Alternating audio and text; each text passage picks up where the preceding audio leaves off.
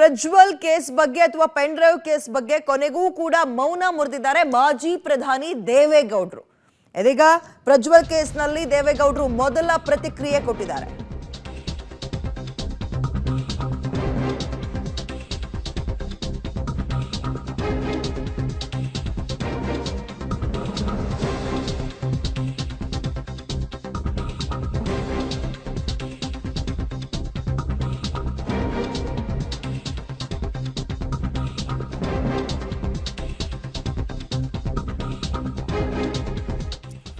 Prajwal case ಬಗ್ಗೆ ಮೌನ ಮುರಿದಿದ್ದಾರೆ ದೇವೇಗೌಡರು. ನಮ್ಮ ಕುಟುಂಬದ ವಿರುದ್ಧ ರಾಜಕೀಯ ಕುತಂತ್ರ ನಡೆಸ್ತಾ ಇದ್ದಾರೆ. ಪ್ರಜ್ವಲ್ ವಿರುದ್ಧ ಕಾನೂನು ಕ್ರಮ ಏನಾಗಬೇಕು ಅದಾಗ್ಲಿ. ಪ್ರಜ್ವಲ್ ಬಗ್ಗೆ ಕುಮಾರಸ್ವಾಮಿ ಆಲ್ರೆಡಿ ಮಾತಾಡಿದ್ದಾರೆ.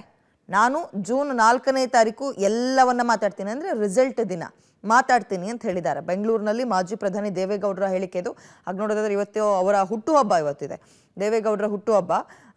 ಇವತ್ತು ಅವರು ಪ್ರಜ್ವಲ್ ಕೇಸ್ ಬಗ್ಗೆ ಮೌನ ಮುರಿದಿದ್ದಾರೆ. ಇಲ್ಲಿ ತನಕ ಮಾತಾಡಿರಲಿಲ್ಲ ಈ ಪೆನ್ ಡ್ರೈವ್ ಕೇಸ್ ಬಗ್ಗೆ. ಬಟ್ ಇವತ್ತು ಕೂಡ ಏನು ಅಂಥದ್ದೇನೋ ಹೇಳಿಲ್ಲ. ಕಾನೂನು ಕ್ರಮ ಏನಾಗಬೇಕೋ ಅದಾಗಲಿ ಪ್ರಜ್ವಲ್ ವಿಚಾರದಲ್ಲಿ. ನಾನೇನು ಮಾತಾಡಬೇಕು ಅದನ್ನು ಜೂನ್ 4ನೇ ತಾರೀಕು ಅಂದರೆ ರಿಸಲ್ಟ್ ದಿನ ಮಾತಾಡ್ತೀನಿ ಅಂತ ಹೇಳಿದ್ದಾರೆ. ಪ್ರಜ್ವಲ್ ರೇವಣ್ಣರು ಹೊರಗಡೆ ಹೋಗಿದ್ದಾರೆ. ಆ ಘಟನೆ ಬಗ್ಗೆ ಕುಮಾರಸ್ವಾಮಿಯವರು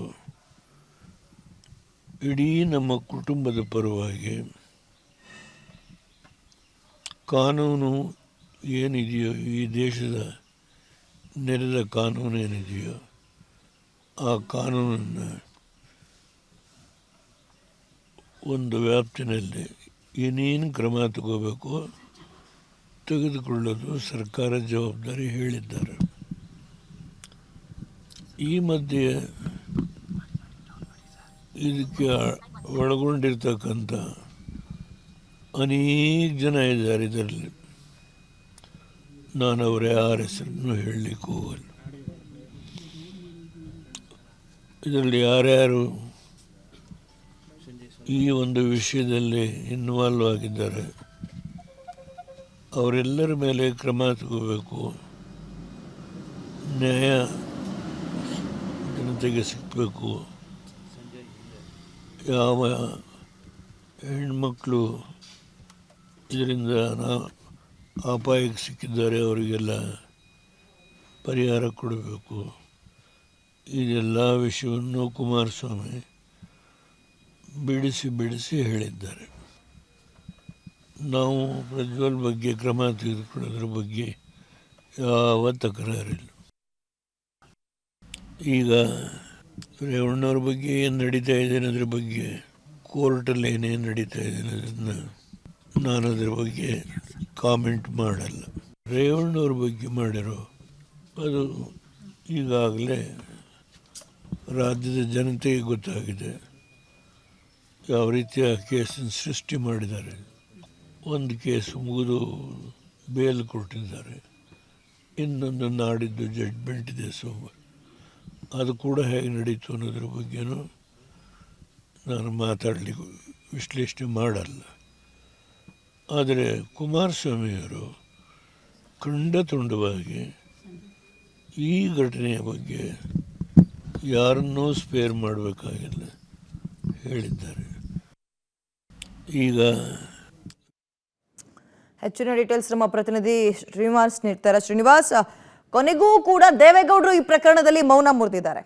ಉಳಿದಂತೆ ಅಂದ್ರೆ ರೇವಣ್ಣವರ ವಿಚಾರದಲ್ಲಿ ಅವ್ರು ಹೇಳ್ತಾ ಇರೋದು ಕೇಸ್ ಸೃಷ್ಟಿ ಮಾಡ್ತಾ ಇದ್ದಾರೆ, ಪ್ರಜ್ವಲ್ ಅವರ ವಿಚಾರದಲ್ಲಿ ನಾನು ಕಾಮೆಂಟ್ ಮಾಡಕ್ ಹೋಗಲ್ಲ ಅಂತ. ಸೊ ಈಗ ಜೂನ್ 4ಕ್ಕೆ ಏನ್ ನಿರೀಕ್ಷೆ ಮಾಡ್ಬೋದು ದೇವೇಗೌಡರ ಬಾಯಲ್ಲಿ ನಾವು ಈ ವಿಚಾರದಲ್ಲಿ ಅಂತ? ವಿದ್ಯಾ, ಪ್ರಜ್ವಲ್ ರೇವಣ್ಣ ಅವರ ಪ್ರಕರಣ ಆದ ಬಳಿಕ ದೇವೇಗೌಡರು ಇವತ್ತೇ ಮೊದಲ ಬಾರಿಗೆ ವಿಚಾರದ ಬಗ್ಗೆ ಪ್ರತಿಕ್ರಿಯೆಯನ್ನು ನೀಡಿದ್ದಾರೆ. ತಮ್ಮ ಮಾತಿನಲ್ಲಿ 3-4 ವಿಚಾರಗಳನ್ನ ಸ್ಪಷ್ಟವಾಗಿ ದೇವೇಗೌಡರು ಹೇಳಿದ್ದಾರೆ. ಪ್ರಜ್ವಲ್ ರೇವಣ್ಣ ಅವರ ವಿಚಾರವಾಗಿ ಕ್ರಮ ತೆಗೆದುಕೊಳ್ಳುವಂತಹ ಅಧಿಕಾರ ಸರ್ಕಾರಕ್ಕಿದೆ. ಸರ್ಕಾರ ಯಾವ ಕ್ರಮ ಬೇಕಾದ್ರೂ ತಗೊಳ್ಳಿ, ಅದಕ್ಕೆ ನಾನು ಕಾಮೆಂಟ್ ಮಾಡೋದಿಲ್ಲ. ಕಾನೂನಾತ್ಮಕವಾಗಿ ಏನು ಕ್ರಮ ಆಗಬೇಕು ಅದು ಪ್ರಜ್ವಲ್ ಮೇಲೆ ಆಗಲಿ, ನಮ್ಮ ತಕರಾರು ಏನಿಲ್ಲ ಅನ್ನುವ ಮೂಲಕ ಪ್ರಜ್ವಲ್ ಮೇಲೆ ಯಾವುದೇ ಕ್ರಮ ಆದರೂ ಕೂಡ ನಮ್ಮ ಅಭ್ಯಂತರ ಇಲ್ಲ ಅನ್ನುವಂಥದ್ದನ್ನ ಸ್ಪಷ್ಟಪಡಿಸಿದ್ದಾರೆ. ಇನ್ನು ರೇವಣ್ಣ ಅವರ ವಿಚಾರ ಕೋರ್ಟ್ನಲ್ಲಿ ನಡೀತಾ ಇದೆ. ಯಾವ ರೀತಿಯಾಗಿ ರೇವಣ್ಣ ಅವರ ವಿಚಾರ ನಡೀತಾ ಇದೆ ಅನ್ನುವಂಥದ್ದನ್ನ ರಾಜ್ಯದ ಜನತೆ ನೋಡಿದ್ದಾರೆ ಅನ್ನುವ ಮೂಲಕ ಇದೊಂದು ರಾಜಕೀಯವಾದಂತಹ ಷಡ್ಯಂತ್ರ ಅನ್ನುವಂಥದ್ದನ್ನ ಪರೋಕ್ಷವಾಗಿ ದೇವೇಗೌಡರು ಹೇಳಿದ್ದಾರೆ. ಇನ್ನು ದೇವರಾಜೇಗೌಡರ ಆರೋಪದ ವಿಚಾರವಾಗಿ ಈಗಾಗಲೇ ಕುಮಾರಸ್ವಾಮಿ ಅವರು ಮಾತನಾಡಿದ್ದಾರೆ. ನಾನು ಯಾವುದಕ್ಕೂ ಕಾಮೆಂಟ್ ಮಾಡೋದಿಲ್ಲ ಅನ್ನುವಂಥ ಮಾತುಗಳನ್ನು ಕೂಡ ಸ್ಪಷ್ಟಪಡಿಸಿದ್ದಾರೆ. ಒಂದು, ಈ ಕೇಸ್ನಲ್ಲಿ ಪ್ರಜ್ವಲ್ ರೇವಣ್ಣ ಅವರ ವಿಚಾರವಾಗಿ ದೇವನಿಂದನೂ ಕೂಡ JDS ಮತ್ತೆ ಕುಮಾರಸ್ವಾಮಿ ನಿಲುವು ಏನಿದೆಯೋ ದೇವೇಗೌಡರ ನಿಲುವು ಕೂಡ ಅದೇ ಆಗಿದೆ. ಆದ್ರೆ ರೇವಣ್ಣ ಅವರ ವಿಚಾರಕ್ಕೆ ಬರೋದಾದ್ರೆ ಇದೊಂದು ರಾಜಕೀಯವಾದಂತಹ ಷಡ್ಯಂತ್ರ ಅನ್ನುವಂಥದ್ದು ದೇವೇಗೌಡರ ಮಾತಿನಲ್ಲೇ ಅರ್ಥ ಆಗುತ್ತೆ. ಮತ್ತೆ ಇವೆಲ್ಲವೂ ಕೂಡ ಮುಂದಿನ ಪ್ರಕ್ರಿಯೆಗಳಾಗ್ತವೆ, ಆಗ್ಲಿ ಕಾನೂನಿನಲ್ಲಿ ಏನಾಗುತ್ತೋ ಅದಾಗ್ಲಿ ಅನ್ನುವಂಥ ಮಾತುಗಳನ್ನು ಹೇಳ್ತಾ ಈ ಎಲ್ಲ ದೇವರಾಜೇಗೌಡರು ಆರೋಪ ಮಾಡ್ತಿದ್ದಾರೆ. ಯಾರು ಈ ಪ್ರಕರಣದಲ್ಲಿ ಇನ್ವಾಲ್ವ್ ಆಗಿದ್ದಾರೆ ಎಲ್ಲರ ಮೇಲೆ ಕ್ರಮ ಆಗಬೇಕು ಅನ್ನುವಂಥ ಆಗ್ರಹವನ್ನ ದೇವೇಗೌಡರು ಮಾಡಿದ್ದಾರೆ. ಅಂದ್ರೆ ಯಾರು ಈ ಪೆನ್ ಡ್ರೈವ್ ಅನ್ನ ಲೀಕ್ ಮಾಡಿದ್ರು ಅವರ ಮೇಲೂ ಕ್ರಮ ಆಗಬೇಕು. ಕುಮಾರಸ್ವಾಮಿ ಅವರು ಕೂಡ ಅದನ್ನೇ ಒತ್ತಡ ಮಾಡ್ತಿರುವಂತದ್ದು. ಯಾರೆಲ್ಲ ಲೀಕ್ ಮಾಡಿದ್ರು ಅವರ ಮೇಲೆ ಕ್ರಮ ಆಗಬೇಕು. ಯಾರು ಈ ಪೆನ್ ಡ್ರೈವ್ ಲೀಕ್ನ ಹಿಂದೆ ಇದ್ದಾರೆ ದೊಡ್ಡ ನಾಯಕ ಅವರ ಮೇಲೆ ಕ್ರಮ ಆಗಬೇಕು ಅನ್ನುವಂಥದ್ದನ್ನ ಕುಮಾರಸ್ವಾಮಿ ಹೇಳ್ತಿದ್ರು, ದೇವೇಗೌಡರು ಅದನ್ನೇ ಹೇಳ್ತಿದ್ದಾರೆ. ಹಾಗಾಗಿ ಸ್ಪಷ್ಟವಾಗಿ ಪ್ರಜ್ವಲ್ ರೇವಣ್ಣ ಕೇಸನ್ನು ಹೊರತುಪಡಿಸಿ ಇದೆಲ್ಲವೂ ಕೂಡ ನಮ್ಮ ಕುಟುಂಬವನ್ನ ಹಿನ್ನಡೆ ಮಾಡಬೇಕು ಅನ್ನುವಂಥ ದೃಷ್ಟಿಯಲ್ಲಿ ಆಗಿರುವುದು ಅನ್ನುವಂಥದ್ದನ್ನ ದೇವೇಗೌಡರು ಸ್ಪಷ್ಟಪಡಿಸ್ತಿದ್ದಾರೆ. ಹಾಗಾಗಿ ಜೂನ್ ನಂತರ ಚುನಾವಣೆ ಫಲಿತಾಂಶ ಬಂದ ಬಳಿಕ ಮಾತನಾಡ್ತೀನಿ ಅಂತ ಹೇಳಿರೋದ್ರಿಂದ ಆ ಸಂದರ್ಭದಲ್ಲಿ ಯಾವ ಪ್ರತಿಕ್ರಿಯೆಗಳನ್ನ ದೇವೇಗೌಡರು ಕೊಡ್ತಾರೆ ಅನ್ನುವಂಥದ್ದನ್ನ ಕಾದ್ ನೋಡಬೇಕು. ಸದ್ಯಕ್ಕೆ ದೇವೇಗೌಡರು ತಮ್ಮ ಕುಟುಂಬದ ಮೇಲೆ ಬಂದಂತ ಆರೋಪಗಳಿಗೆ ಸ್ಪಷ್ಟವಾಗಿ ಯಾವ ವಿಚಾರಕ್ಕೆ ಏನು ಹೇಳಬೇಕು ಅನ್ನುವಂಥದ್ದನ್ನ ಕ್ಲಿಯರ್ ಆಗಿ ಹೇಳಿರುವಂತದ್ದು. ಥ್ಯಾಂಕ್ ಯು ತಮ್ಮೆಲ್ಲ ಡೀಟೇಲ್ಸ್ಗೆ.